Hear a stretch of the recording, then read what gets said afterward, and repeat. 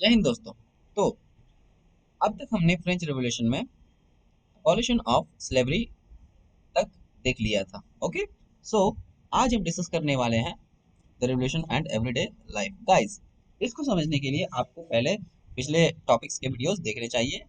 Okay, सो मैं उन सब वीडियोस का लिंक डिस्क्रिप्शन बॉक्स में डाल दूंगा, सो आप लोग उसे देख लीजिएगा। तो चलिए शुरू करते हैं। Revolution and everyday life.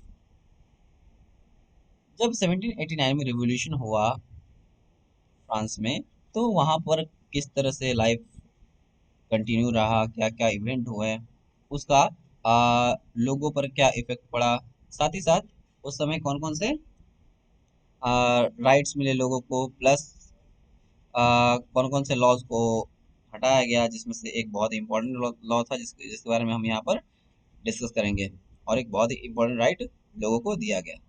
चलिए शुरू करते हैं।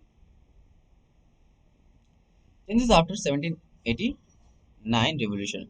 The years following 1789 in France saw many such changes in the lives of men, women and children. अब 1789 का जो रिवोल्यूशन हुआ, उसके बाद के समय में वहाँ के मर्दों, औरतों और बच्चों के लाइफ्स में बहुत सारे चेंजेस आने शुरू हो गए। The revolutionary governments took it upon themselves to pass laws that would translate the ideals of liberty and equality into everyday practice। अब उस समय के जो रिवोल्यूशनरी गवर्नमेंट्स थे, उन्होंने कई सारे ऐसे लॉज पास किए जो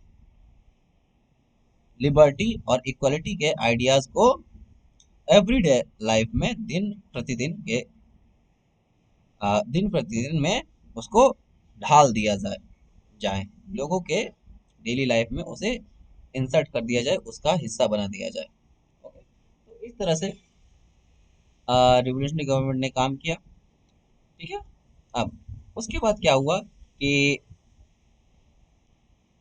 सेंसरशिप का अबॉलिशन हो गया। अच्छा, सेंसरशिप का अबॉलिशन, और ये सेंसरशिप होता क्या है? तो देखिए, कोई भी एक्टिविटी होती है, चाहे कोई एक्टिविटी हो या कोई आर्टिकल पब्लिश करना हो, या कोई बुक पब्लिश करना हो, कोई न्यूज़पेपर पब्लिश करना हो, कोई प्लेस प्ले करना, कोई स्टोरी लाइन प्लेस करना हो, या कोई एक्ट करना हो, तो इन सब के लिए गवर्नमेंट का एक सेक्टर चलता था। जैसे आज हमारा सेंसर बोर्ड है ना, वैसे ही उस समय उस समय का जो लुईस 16 था, उसका भी अपना एक सेंसर बोर्ड चलता था। ठीक है, जहाँ से ये सारे के सारे ये सब जो है, सारे के सारे वहां से आ, निकलते थे। ओके, ये भी जितने भी एक्टिविटीज है, जितने भी आ, ये सब है, ये सब वहां से निकल जाते थे। ओके, मतलब कि वहां से पास होने के बाद ही पब्लिश होते थे। ठीक है, बट जब रिवॉल्यूशन के बाद declaration of rights of man and citizen जब पब्लिश हुआ, तो उसमें लोगों को फ्रीडम ऑफ स्पीच और एक्सप्रेशन का राइट मिल गया, और वो उनको उनका एक नेचुरल राइट बन गया, यानी कि एक तरह से नैसर्गिक, मतलब कि जन्मजात राइट बन गया, कि वो अब किसी के भी सामने कुछ भी कह सकते हैं, जिससे किसी के या सर या देश के विरुद्ध नहीं कहना है। बस हाँ, सरकार के विरुद्ध आप कह सकते हैं, उनकी आलोचना की जा सकती है, तो ये फ्रीडम ऑफ स्पीच उन्हें मिल गया। Newspapers, pamphlets, books and printed pictures flooded the अब जैसे ही flooded the towns of France from where they traveled rapidly into the countryside। अब देखिए, जैसे ही उन्हें फ्रीडम ऑफ स्पीच मिला, वैसे ही कुछ ही समय में न्यूज़पेपर्स, पैम्पलेट्स, बुक्स और प्रिंटेड पिक्चर्स की तो फ्रांस के शहरों में बाढ़ आ गई। और ये इतनी तेजी से, ये इतना ज्यादा आया कि ये बहुत तेजी से दूर दराज के गांव देहातों में जाकर फैल गए। अब वहाँ के लोगों को ये सब शहर में क्या हो रहा है, या कौन सा गवर्नमेंट काम कर रहा है, रिवोल्यूशनरी गवर्नमेंट क्या है, इन सब के बारे में धीरे धीरे बहुत सारी जानकारी मिलती गई।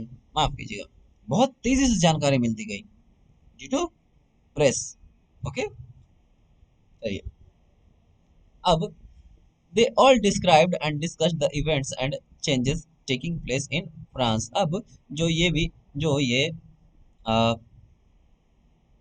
हम्म, जो भी ये न्यूज़पेपर्स थे, ये सारे के सारे फ्रांस में क्या हो रहा है, कौन सी जगह पर क्या, कौन सी घटना हो रही है, कौन से इवेंट्स हो रहे हैं, उन सभी की जानकारी ये विस्तार में लोगों को बताते थे अपने प्रेस के जरिए। Freedom of the press also meant that opposing views of events could be expressed. अब जो प्रेस का जो फ्रीडम था, प्रेस को फ्रीडम मिलने का यह भी मतलब था कि अब लोग प्रेस के जरिए गवर्नमेंट के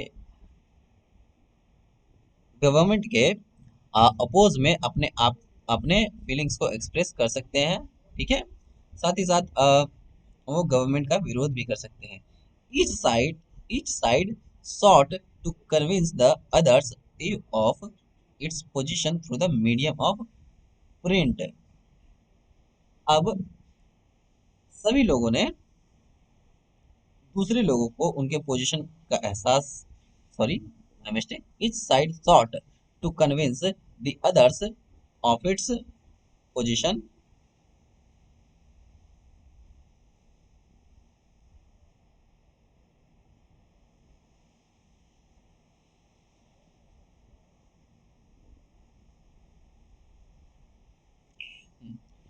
Each side sought to convince the others of its position through the medium of print।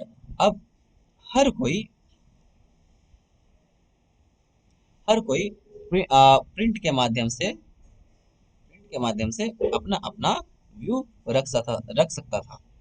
Government के खिलाफ या गवर्नमेंट के सपोर्ट में वो अपने अपना व्यू लोगों को प्रदर्शित कर सकता था। ओके, और फिर plays, songs, process festive process attracted large number of people. अब देखिए, जो लोग न्यूज़पेपर नहीं पढ़ सकते थे, जैसे कि उस समय बहुत सारे लोग ऐसे थे जो अनएजुकेटेड थे, जिन्हें लिखना पढ़ना भी नहीं आता था।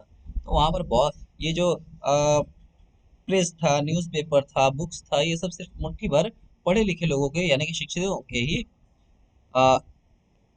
कंट्रोल में थे, यानी कि वो सिर्फ वही लोग पढ़ सकते थे। बट जो लोग अनपढ़ थे, जो लोग जो लोग लिखना पढ़ना नहीं जानते थे, वो लोग कैसे पढ़ेंगे, उन्हें कैसे इन सब की जानकारी मिलेगी।